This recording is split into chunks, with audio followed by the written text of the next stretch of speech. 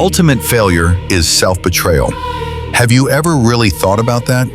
Have you ever considered that you could be Judas, the betrayer? Because Judas didn't betray Jesus first. He betrayed himself long before that moment. Before the silver, before the kiss, before history judged him. The real betrayal happened internally, when doubt replaced conviction, when fear replaced clarity, when he chose something smaller over something true. He had the rarest opportunity a human could have, to walk beside Jesus himself, to learn from him, to become greater through proximity to it.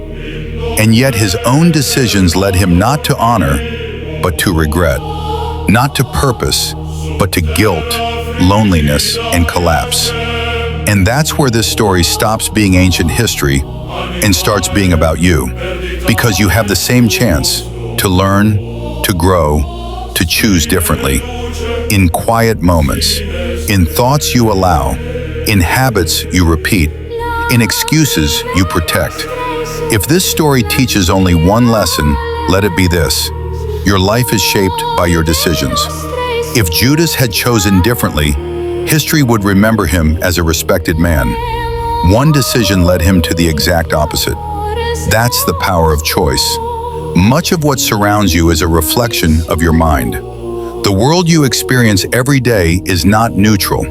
It responds to how you think, how you see yourself, and how you choose. What feels like fate is often the echo of decisions made quietly, long ago. Not all at once, but compounded over time. Now imagine this. What if you worked on yourself? Not to impress anyone, but to align with who you know you could be. What if you rewired your character? What if you removed the quiet darkness that poisons your days, the small habits, the negative thoughts?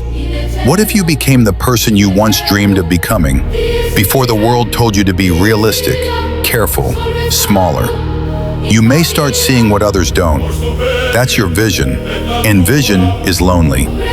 People will always try to convince you that you're wrong. They'll call it overthinking. They'll call it arrogance. They'll call it delusion.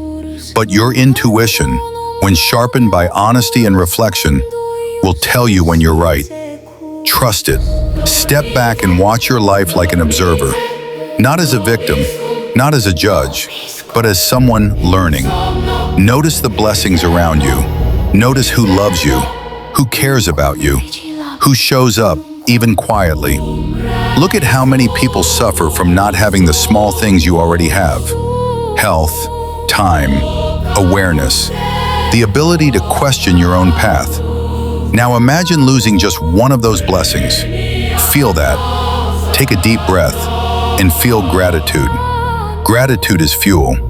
Even the ability to feel gratitude is a blessing in itself. When I began shifting my mindset with an eye toward gratitude, I felt the change immediately. Not in the world, but in myself. I lived better. I thought clearer. I reacted less. I saw more. And that changed everything.